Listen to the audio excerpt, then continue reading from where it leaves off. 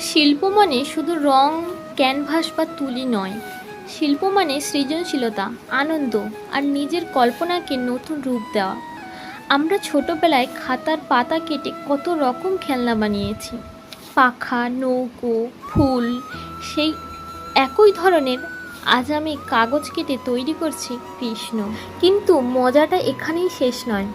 কৃষ্ণকে এমনভাবে বানানো হয়েছে যাতে তাকে আলতো করে নাড়লেই দুলতে থাকে। মনে হয় কৃষ্ণ যেন সত্যিই বাঁশি হাতে বসে আর মৃদু বাতাসে তার শরীরটা দোল খাচ্ছে।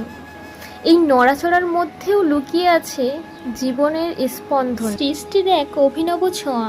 এই কাজটা শুধু হস্তশিল্প নয়, বরং আমাদের ধৈর্য, কল্পনা আর আনন্দকে একসঙ্গে গেঁথে দেয়।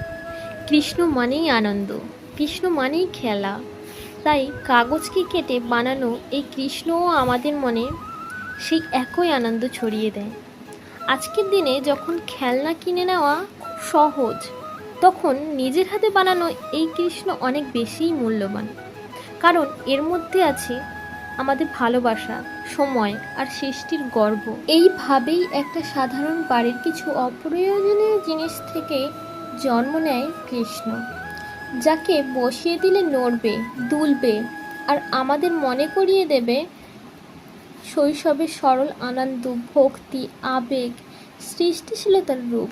কথা বলতে বলতে বানিয়ে নিয়েছি এই ছোট্ট কৃষ্ণটি। তোমরা দেখে অবশ্যই জানিও কেমন হয়েছে, আর ভালো লাগলে অবশ্যই লাইক করো। Tata, thank you for watch.